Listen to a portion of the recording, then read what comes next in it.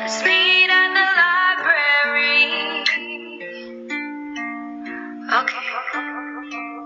Hi everyone, it's Julia.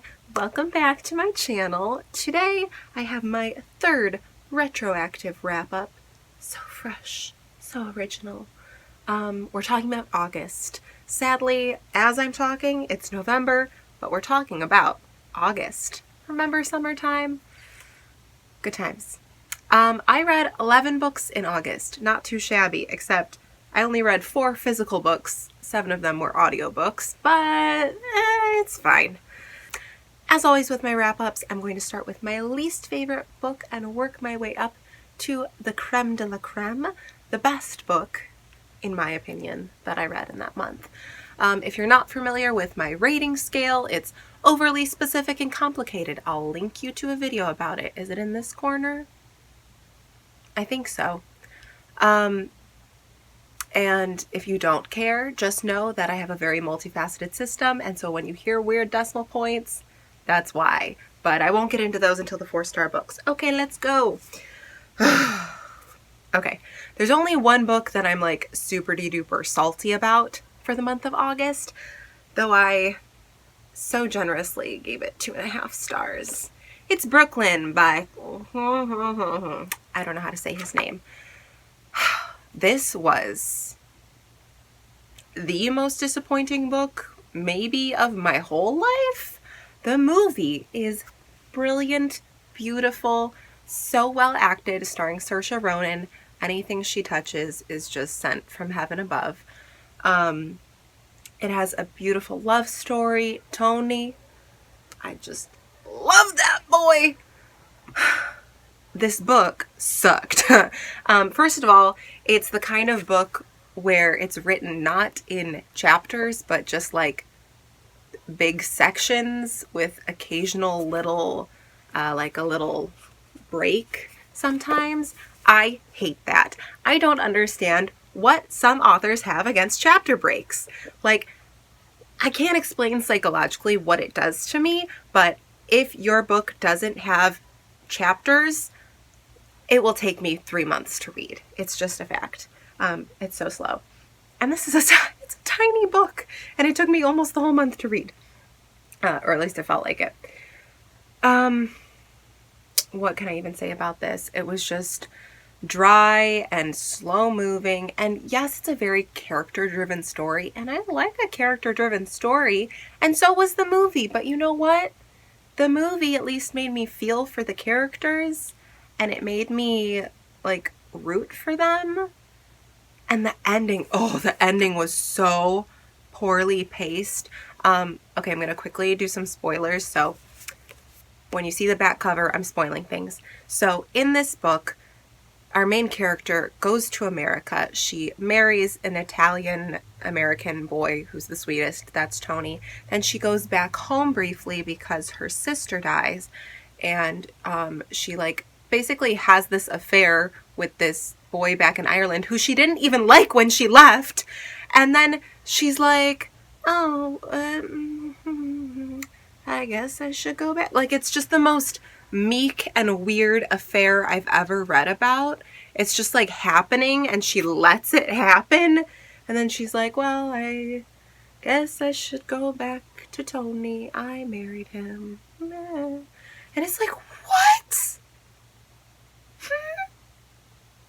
You had a great guy who loves you, like, just is an angel, and then you go back to this guy who's just like, well, I was a jerk to you before, but I'm kind of handsome. Don't you like me? Come kiss me on the beach. Like, no. I hate it. And I kid you not, I'm pretty sure in the book it was like 2 or 3 pages until the end when she's finally like, yeah, I'm gonna stop cheating on my husband. Like, I just hated it. That's about it. Highly recommend the movie. If you'd like to watch Brooklyn, please do. If you want to read Brooklyn, just skip it. My next book is an ARC that I won in a Goodreads giveaway, so it's not as impressive as like me asking for it. It's Midnight Beauties, the sequel to Grim Lovelies by Megan Shepherd. I only could give this 3 stars. It had like high highs and low lows for me. First of all, felt too long. I don't know why this book is like almost, is it 500 pages? No, it's like just over 400. Felt like 500. So long. There were many parts of this book that I enjoyed. There was like a sort of magical competition about a third of the way through that I was like super interested in, and I was really just relishing that plot line.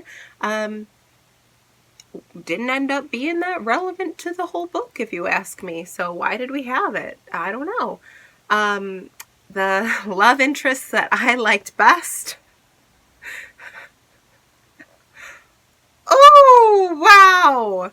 Gave a great monologue at the end and then was killed off! So, I won't tell you who that was, but just so you know, person who I was rooting for didn't work out. But it wasn't the person you would expect me to root for, so if that matters to you, I haven't spoiled a thing. Sorry, I keep turning it because it's so shiny.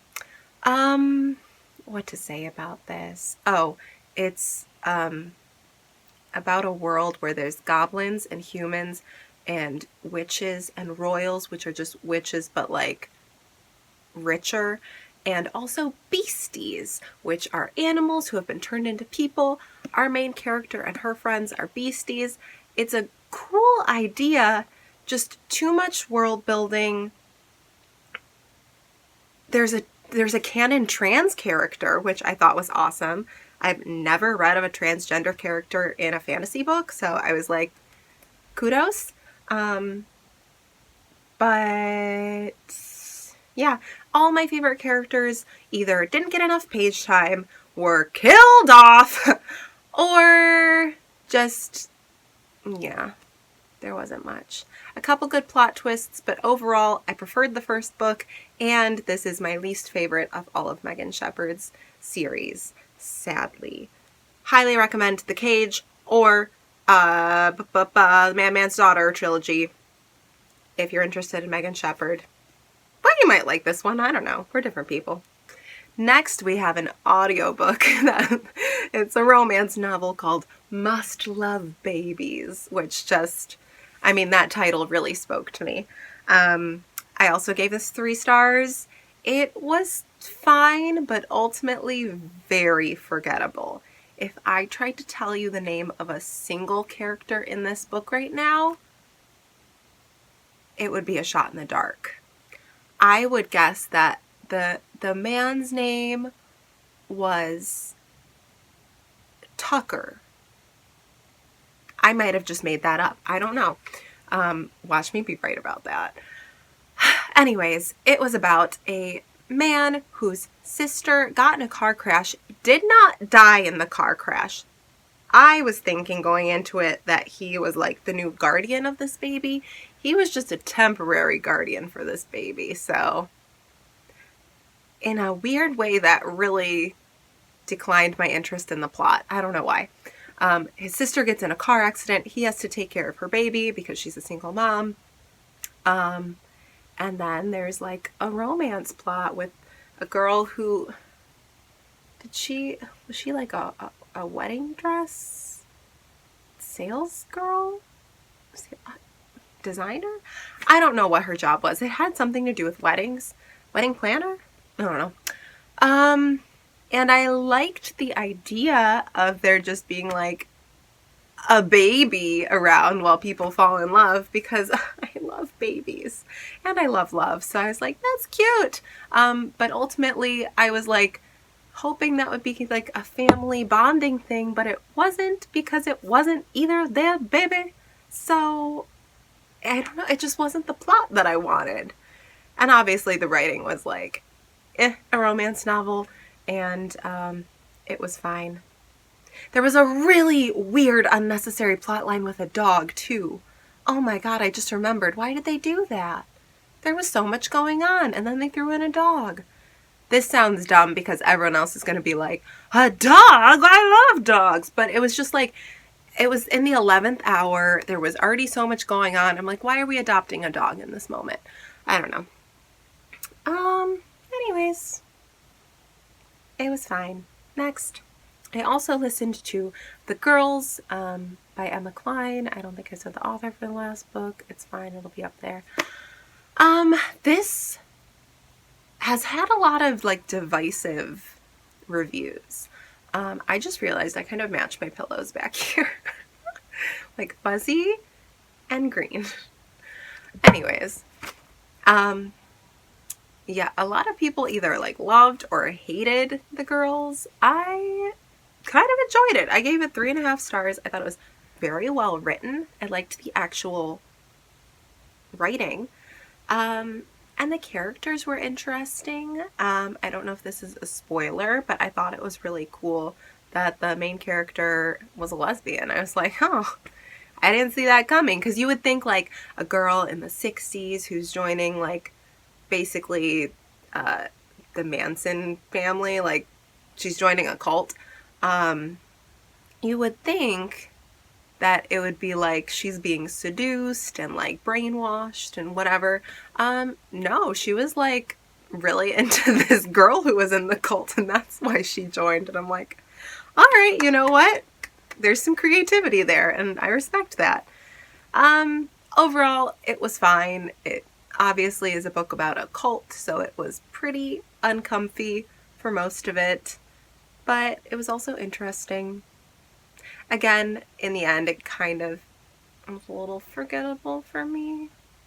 And it was very repetitive too. It was a lot of Evie being like, I'm in the cult. I'm going back to my mom's house. Now I'm staying with the cult again. Hi mom, I'm coming to steal money from you. And I'm like, just pick one. Join the cult or leave the cult. I'm tired of you bouncing back and forth. That's annoying. Have some, real purpose. Either you're joining a cult or you're not, Evie. I don't care if you're 14. Make up your mind. Where am I going with this? I couldn't tell you. Next, we have my first 4-star book of the month, which was the first book that I actually finished of the month. Heartless by Marissa Meyer. Ooh, look at that pretty cover. I really like this white edition. So, Heartless is a retelling or origin story, if you will, of the Queen of Hearts from Alice in Wonderland.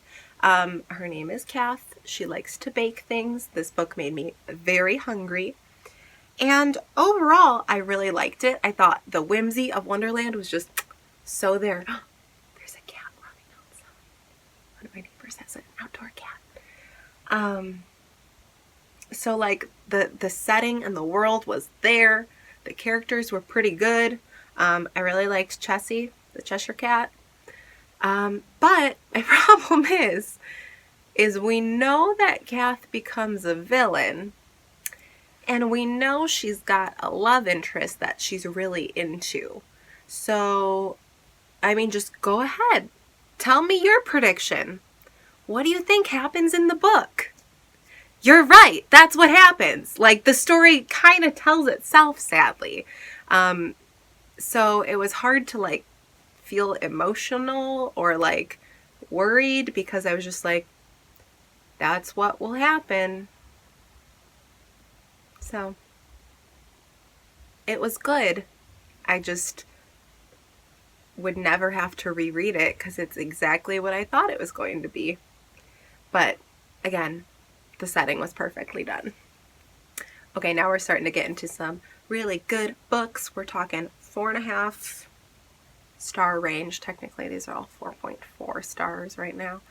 The first one was The Serpent's Secret by insert author here because I don't own it. This was so cute. It was a middle grade fantasy book that is like a little bit Percy Jackson, a little bit Miss Marvel, maybe like a sprinkling of something else that I can't quite put my finger on. But it was so cute. It was like Indian folklore coming to life, like a la Percy Jackson, as I mentioned. And it was just so fun. And like, I know nothing about Indian mythology, so I was like, ooh, and I think it's a series, so I'll probably continue. And it was very cute. I really liked, the main character's a girl, but then there's like these two brothers that are princes. Spoiler. I really liked them. They were fun. No, I don't think that was a spoiler. They show up and they're like, we're princes. It was just a really good time. Again, this was back in August, so my brain has forgotten a lot of things, but I definitely want to continue on with the series. I think the author is also actually like a doctor or like something random and cool, and I'm like, amazing. You're just so multi-talented. Oh, you know what? It was a little bit Alice in Wonderland-y. Like Alice in Wonderland meets Percy Jackson and the Olympians meets Miss Marvel. If those three stories had a baby, it would be The Serpent's Secret. How fun is that? I recommend it. I'm always recommending middle grade books. Ah, they're so cute. Also at 4.4 stars is Little Fires Everywhere by Celeste Ng. Wow. The hype really didn't let me down. When I started this book, I was like, this isn't what I thought at all, and I'm not gonna like it. I was like freaking out because it was so centered around the teenagers in the beginning, and I thought it was centered around a mom, and I was so confused, but no, they all melded together perfectly, and it was like all these different narratives of motherhood that just wove together and kept me so engrossed, and I look like I'm insane right now. I really liked it. It's no secret that I love a story about motherhood. I like moms, babies. I am not a mom. I once was a baby, but I'm a preschool teacher. I am a nanny during the summertime. I have been working with young children literally my whole life, and I just love them. Like, I started babysitting at 13, and I love a little nugget, and I can't wait to have one of my own one day. And when my friends are having babies, I get so emotional. At the moment, I only have one friend around my age who's having a baby, but I know they're coming. Those babies are coming soon. I've got a couple married friends. I feel it. Sorry, this has digressed. Little Fires Everywhere. Wow, it was like strong mothers, weak mothers, scared mothers, potential mothers, all the different kinds of moms who all just want the best for their children, and doesn't that just get me fired up? Oh my god, fired up! Little Fires Everywhere. That was the worst joke. It's starting to get dark outside. I'm panicking. Basically, really loved this book. Okay, great. Everyone already knows it's good because everyone else has read it way before me. Cool. Again, 4.4 stars, Always Never Yours by Emily Wibberley and Austin Sigmund Broca. That's a name. Hello. This was so cute. And I knew. I knew because it sounded 100% up my alley. Because in this book, guess what play their school is doing? Romeo and Juliet! My favorite! And I just love a book where the plot involves putting on a play, particularly Shakespeare, because dramatic irony, and the play translates to real life, and real life becomes like the play, and it just, oh my, wow, okay. Let me remember Megan and what's his name? Owen. Oh my god. Owen is maybe one of the sweetest love interests I've ever read in a YA novel. We know I love a jelly bean love interest. Just a guy who's sugary sweet and you just want to eat him up. I love it. Bad boys? Never heard of them. Owen was the cutest. Megan is like a fun main character because she's like unapologetically flirty, and she's cool, and she's talented and smart and all these things, and I just, I loved their relationship so much. I almost cried on a couple different occasions. Actually, I say almost cried, but I mean teared up. Like, there were real tears. It was really good. There were a couple things that weren't perfect. I think I liked that the plot, I can't talk. I liked that her friends were very relevant to the plot, but I also thought we spent a lot of time in those friend plot lines that just maybe they could have been done at a different time in the narrative. I don't know. Sometimes it just felt off, but I really liked it. Super duper recommend Always Never Yours. And I know they have another book out already that is a retelling of which one is it? Wait. Now I'm not sure if it's much. I think it's Much Ado About Nothing, but it could be The Taming of the Shrew. They're kind of similar, you know. Except Much Ado About Nothing is so much better than Taming of the Shrew. I'm sorry, Shakespeare. I said it. I don't know where I'm going with this. So that one's out, and they have a third one coming out. So I hope they continue to retell Shakespeare stories forever and ever so I can read all of them. Next. Okay, 3 more books. Speaking of Shakespeare, 4.6 stars. I have Twelfth Night by the Bard himself. I love Twelfth Night. If you don't know this about me, welcome to my channel. I hope you're enjoying your first video of mine. Twelfth Night is no, that's not true, is one of the 2 Shakespeare plays that I have performed in my life, hopefully of many to come. And I played Olivia, and Olivia is just, I love her so much. Oh, if you want to know why I love her so much, I'll link my video about my top 5 favorite Shakespeare ladies. She's in it. Twelfth Night is about a twin brother and sister who get in a shipwreck, and the sister lands by herself and she assumes her brother is dead, and because she's alone, she dresses up as a man for her safety and well-being so she can like get a job and live a productive life. And hijinks ensue, because when there's cross-dressing and disguises in a Shakespeare comedy, you know that everything's about to get messed up. So it's great. If you've seen She's the Man starring Amanda Bynes, it's that. And that's a great movie based on a great play. So do read it. Highly, highly recommend Twelfth Night.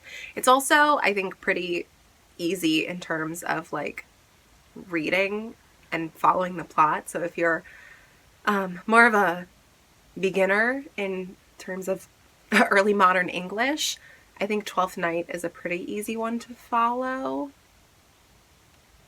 Oh, by the way, Twelfth Night was a reread. This one's also a reread for me. It got 4.8 stars.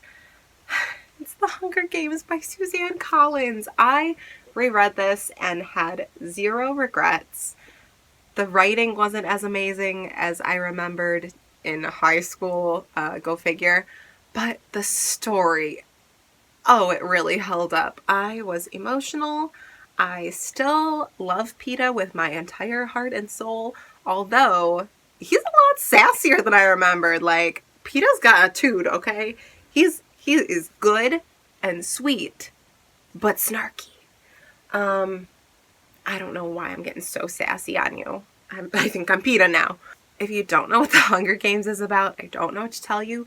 You've missed a cultural phenomenon, and for that, I am sorry. I know I've read this series all the way through twice, if not 3 times, and the first time I was like, Catching Fire is the best book, and then I reread them, and I was like, no, The Hunger Games is my favorite book, and now I'm like, I don't know.